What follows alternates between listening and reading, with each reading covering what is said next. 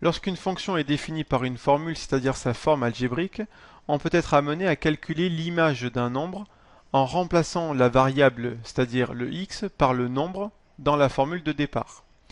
On prend un exemple ici d'une fonction g définie par l'écriture suivante, l'écriture algébrique, g de x égale 3x au carré plus 2x moins 5.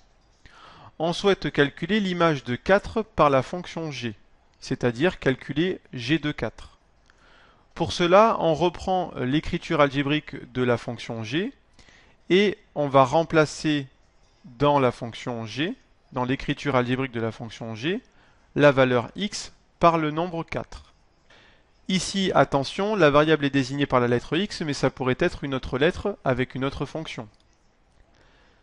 L'idée, c'est de prendre la formule au départ et de mettre les signes de multiplication qui sont cachés.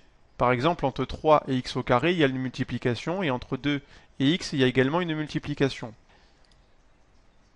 En remplaçant ensuite x par 4, ce qui nous donne g de 4 égale 3 fois 4 au carré plus 2 fois 4 moins 5.